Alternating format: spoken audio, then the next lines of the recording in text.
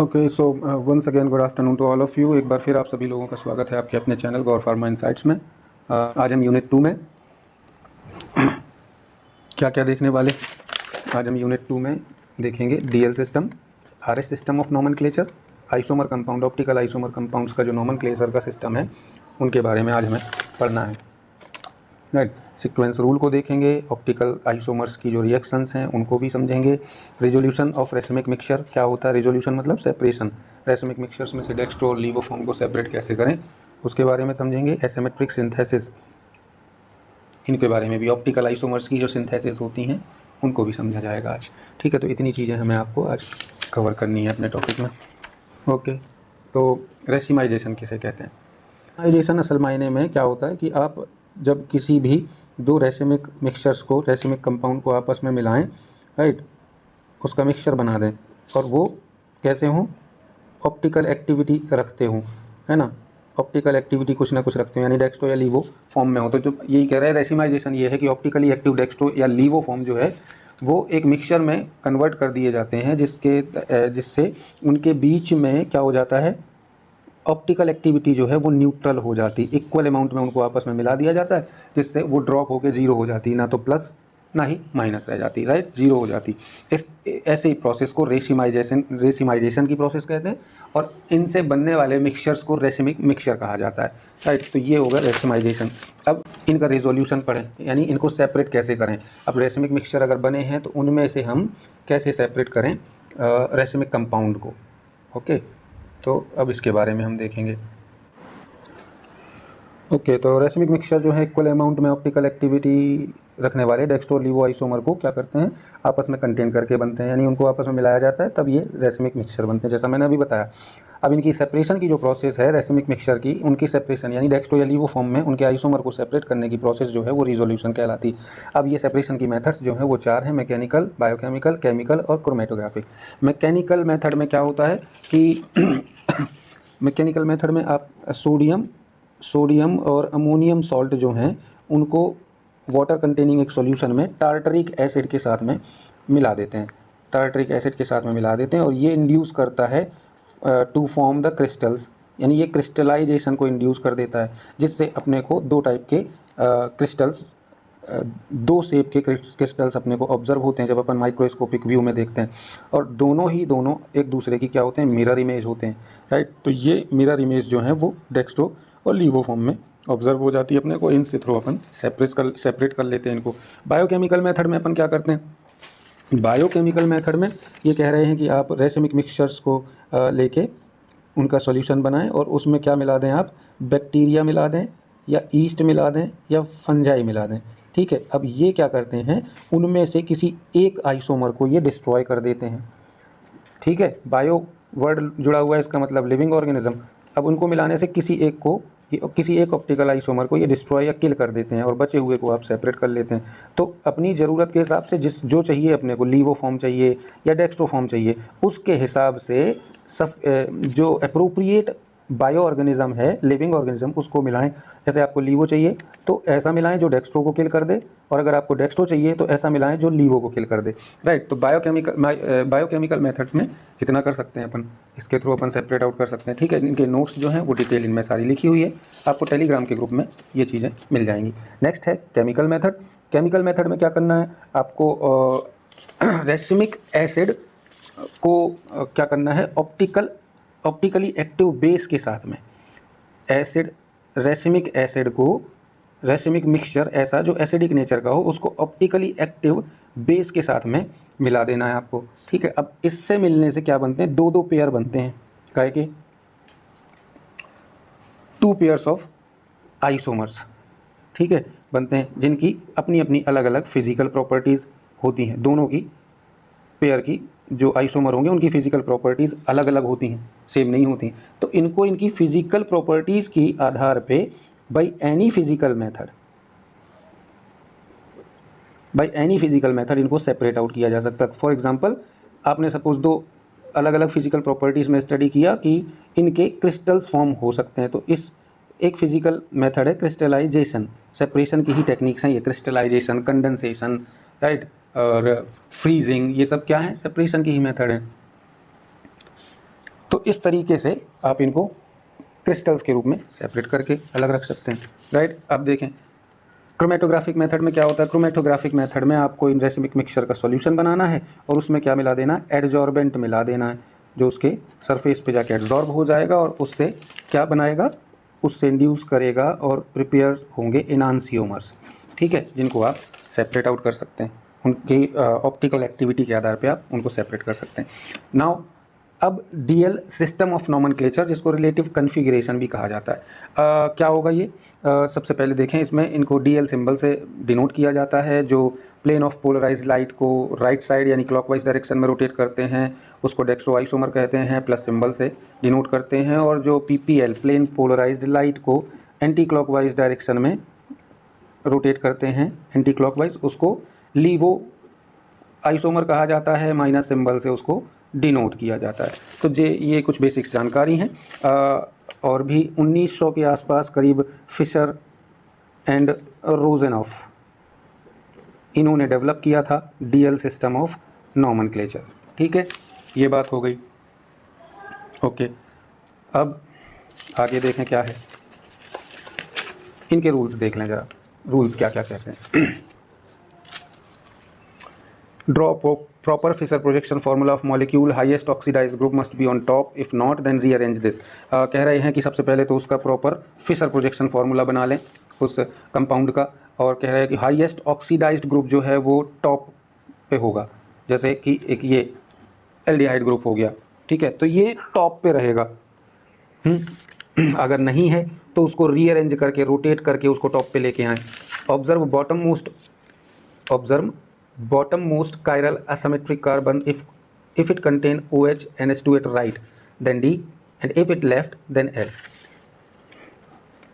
Bottom पे देखें आप हॉरिजॉन्टल लाइन पे, अगर ये राइट साइड पे है तब OH ग्रुप जो है वो राइट साइड पे है, तब उसका नॉमिनेट D से करना है, और अगर वो OH लेफ्ट साइड पे है तब उसको नॉमिनेट कंपाउंड का L से करना है, ठीक है। एक नियम में और भी है कि OH और NH2 अगर दोनों हैं किसी ग्रुप में, किसी कंपाउंड में ये दोनों फंक्शनल ग्रुप अटैच्ड हैं, तो प्रायोरिटी अपने को NH2 देना है, इसके आधार पे नॉमिनेट करना। अब इसके लिए भी नियम वही है कि अगर ये राइट साइड पे होगा तो D और अगर ये लेफ़्ट साइड पे होगा तो L देना है, ठीक है। तो ये कुछ बेसिक से नियम है, रूल्स हैं। और लॉन्गेस्ट कार्बन चेन जो है सेंट्रल कार्बन एटम से, जो भी लॉन्गेस्ट चेन होगी वो हमेशा वर्टिकली लाइन में रखी जाएगी, ठीक है। ये हॉरिजॉन्टल हो गई तो उसको वर्टिकल रखा जाएगा, यानी सीधा, ठीक है, कंपाउंड में।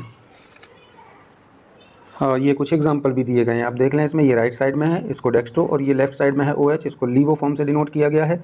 लॉन्गेस्ट चेन जो है वो वर्टिकल लाइन पे है, ये एल्डिहाइड, यहाँ कार्बन कार्बन और ये यहाँ, तो ये लॉन्गेस्ट है। अगर नहीं भी है तो क्या करें, इसमें देखें ये सेंट्रल कार्बन एटम, यहाँ कार्बन और यहाँ ये OH अटैच्ड है, तो लॉन्गेस्ट चेन इसमें हॉरिजॉन्टल है। अभी इसको रोटेट करके क्या करेंगे, अपन वर्टिकल पोजीशन पे लेके आएंगे। ये देखिए रोटेशन के बाद ये चीज़ यहाँ नीचे आ गई और ये ऊपर चला गया, ठीक है। इस वजह से अब लिखा हुआ है एक्सेप्ट टॉप का जो है मॉलिक्यूल या एटम वो रोटेट नहीं होगा, बाकी का पूरा प्रोजेक्शन जो है कंपाउंड का वो रोटेट हो जाएगा, ठीक है। ये H जो है वो देखें रोटेट होके कहाँ पहुँचा, ये वाला H जो है ये रोटेट होके यहाँ आ गया, ये CH2OH नीचे आ गया और ये OH जो है वो इधर आ गया। अब इसके बाद रोटेशन के बाद देखें OH जो है वो राइट साइड में, इसलिए इसको D से डोनेट कर दिया अपन ने, D से इसको नॉमिनेट किया अपन ने, ठीक है।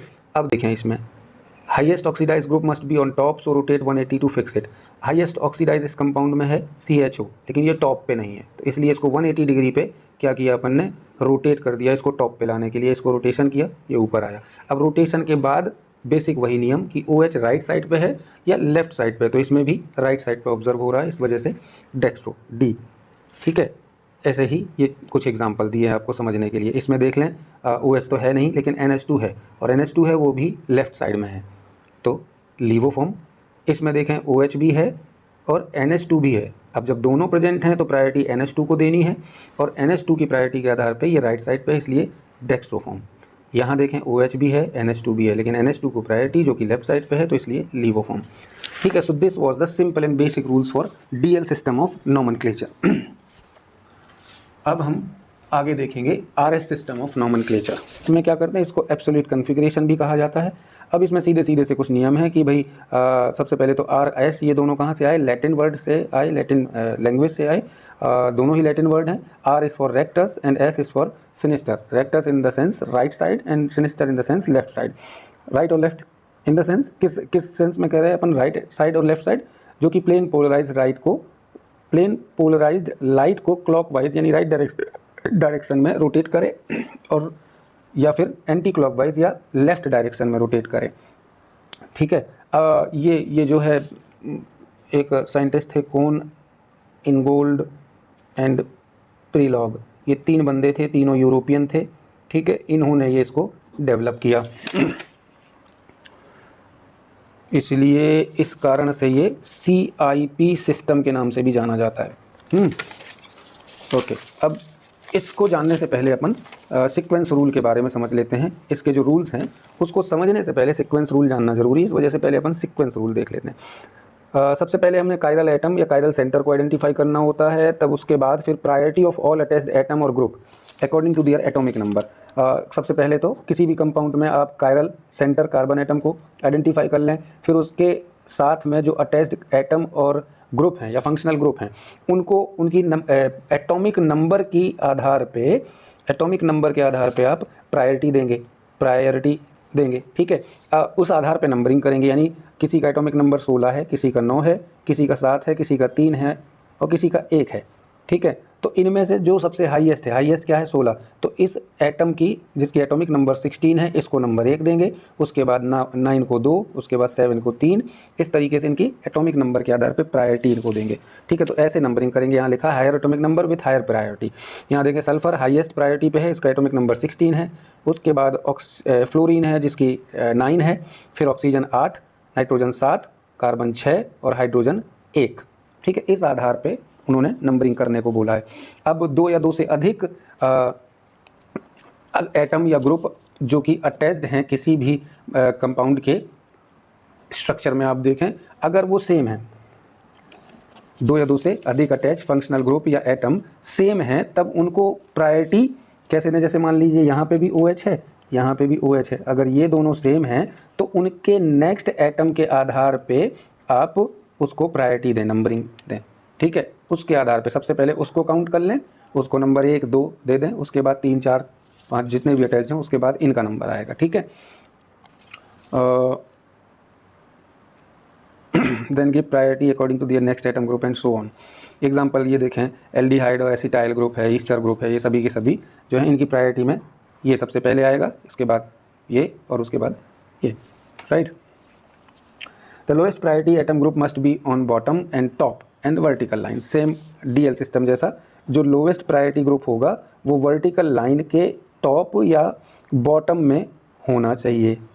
ठीक है, ये टॉप बॉटम चेंज होता रहता है, जब भी रोटेट करते हैं अपन तो टॉप का बॉटम, बॉटम का टॉप अपने आप हो जाता है रोटेट होके। तो वो एक तो वर्टिकल लाइन में होना चाहिए यानी इस डायरेक्शन में, या तो टॉप बॉटम पे होना चाहिए या टॉप पे होना चाहिए।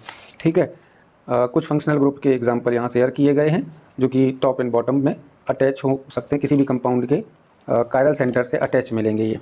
ठीक है, तो ये नोट्स आपको टेलीग्राम में मिल जाएंगे, इसकी पूरी कंप्लीट PDF और लिंक जो है टेलीग्राम ग्रुप की वो डिस्क्रिप्शन पे, वीडियो के डिस्क्रिप्शन पे आपको अवेलेबल होगी। तो अब देखते हैं rules for RS configuration. The atom group attached with a chiral centre are assigned with a number according to sequence rule. जैसा मैंने अभी सीक्वेंस रूल में बताया, उनकी एटॉमिक नंबर के आधार पर उनको प्रायोरिटी देंगे और उस प्रायोरिटी के आधार पर उनकी नंबरिंग करेंगे। Now if the lowest priority group is on vertical line, अगर लोवेस्ट प्रायोरिटी ग्रुप मैंने बोला जैसा अभी ये बताया इसमें कि अगर वर्टिकल लाइन पे है तब क्या करेंगे, 1, 2, 3 नंबरिंग से देखेंगे, अगर वो क्लॉकवाइज है नंबरिंग कर लेंगे, और नंबरिंग में यानी लाइन पे है मान लीजिए कोई भी, ये देखा आपने X, Y, Z, A, अब इसमें नंबरिंग कर लें हम X, Y, Z, A। Right, अब ये मान लीजिए कि सबसे लोवेस्ट जो है वो ये है, हाईएस्ट प्रायोरिटी वाला ये है। राइट, तो अब यहाँ से शुरू करेंगे 1, उसके बाद ये 2 हो गया, इसके बाद इसकी है। ठीक है, अब ये 3 हो गया और ये 4 हो गया। अब देखें डायरेक्शन जो है वो, अगर इसको 4 दे देते हैं अपन, इसको 3 दे देते हैं। ठीक है, लोवेस्ट ये हो गया, इसको मान लेते हैं लोवेस्ट। ये देखें एक vertical line X Y Z और ए, हाईएस्ट प्रायोरिटी में ए है, उसके बाद जो है वाई की है एटॉमिक नंबर, उसके बाद जेड का है नंबर 3 और उसके बाद एक्स का है, सबसे लोवेस्ट एक्स है। अब रोटेशन देखेंगे अपन कि 1 से 2, 2 से 3 की जो डायरेक्शन है वो ड्रॉ करने पे अगर वो क्लॉकवाइज दिख रहा है हमें तो फिर हम उसको क्या करेंगे, आर से डिनोट करेंगे, और अगर एंटी क्लॉकवाइज है यानी लेफ्ट साइड पे डायरेक्शन हो रहा है तो उसको एस से डिनोट करेंगे। यहाँ 1 से हम 2 पे जाएंगे इस तरह, 2 से 3 पे आएंगे इस तरह, तो ये घड़ी का डायरेक्शन है, क्लॉकवाइज डायरेक्शन है, इस वजह से इसको आर दिया जाएगा। आई होप समझ पाए होंगे सभी लोग। अब रोटेशन अगर 1 से 2, 2 से 3 अगर एंटी क्लॉकवाइज है, इसका जस्ट अपोजिट है, तो फिर उसको एस से डिनोट किया जाएगा। But if the lowest priority group is on horizontal line, then अगर लोवेस्ट प्रायोरिटी ग्रुप जो है वो वर्टिकल लाइन में ना होके हॉरिजॉन्टल लाइन में यानी इस डायरेक्शन में है, राइट। यहाँ पे मान लीजिए एक ये एक्स हो गया, एक वाई हो गया, ए हो गया और ये बी हो गया, राइट। अगर ये हॉरिजॉन्टल लाइन पे है लोवेस्ट प्रायोरिटी ग्रुप, यहाँ मान लीजिए सबसे लोवेस्ट जो है वो वाई है, इसका सबसे कम है एटॉमिक नंबर। अब ये हाईएस्ट मान लीजिए ए, 1, इसको 4, इसको 2 और इसको 3, ठीक है, ऐसे नंबर दे दें।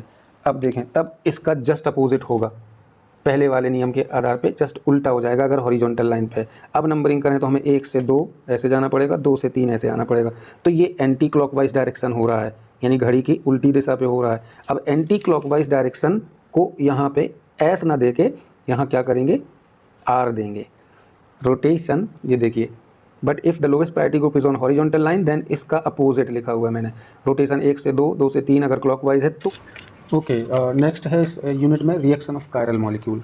कायरल कंपाउंड, कायरल मॉलिक्यूल क्या होते हैं?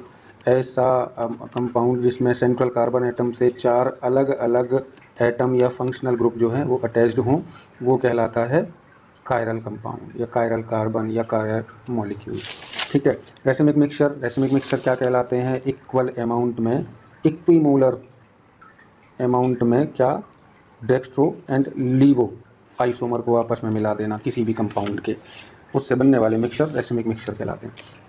ओके, तो कायरल मॉलिक्यूल 3 प्रकार की रिएक्शन शो करते हैं। एक है उसमें से इन्वर्जन,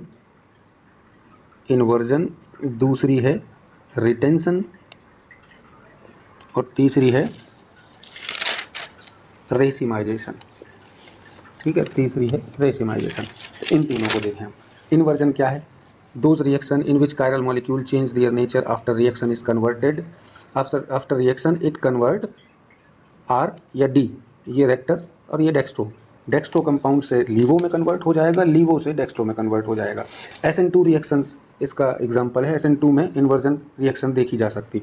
SN2 में देखें डेक्स्ट्रो कंपाउंड से लीवो और लीवो से डेक्स्ट्रो कंपाउंड बनता है। तो इन्वर्जन का मतलब ही केवल इतना है कि आपस में कन्वर्ट हो जाना, एक दूसरे में इंटरचेंज हो जाना, राइट। और रेसिमाइजेशन इससे पहले मैं बता ही चुका हूँ कि रेसिमाइजेशन क्या होता है। ऑप्टिकल एक्टिव कंपाउंड जो है वो कम्प्लीटली कन्वर्ट होते हैं ऑप्टिकल इनएक्टिव कंपाउंड में रिएक्शन के बाद। यहाँ देखें जैसे कि एग्जांपल दिया हुआ है 2-क्लोरोब्यूटेन का, जिससे बना है जाके एक मीज़ो कंपाउंड बना है। मीज़ो कंपाउंड को क्या होता है, इसको एक पैरेलल प्लेन में अगर इसको हम कन्वर्ट करें तो 2 मिरर इमेज बनती हैं, हूबहू 2 मिरर इमेज बनती हैं, जिसको मीज़ो कंपाउंड के नाम से जाना जाता है, राइट। तो ये आप देख सकते हैं एग्जाम्पल लिखा हुआ in this reaction chlorine replace hydrogen and form a meso compound which is optical inactive. पहले ये 2-क्लोरोब्यूटेन जो है वो ऑप्टिकली एक्टिव था और लीवो फॉर्म था ये, राइट।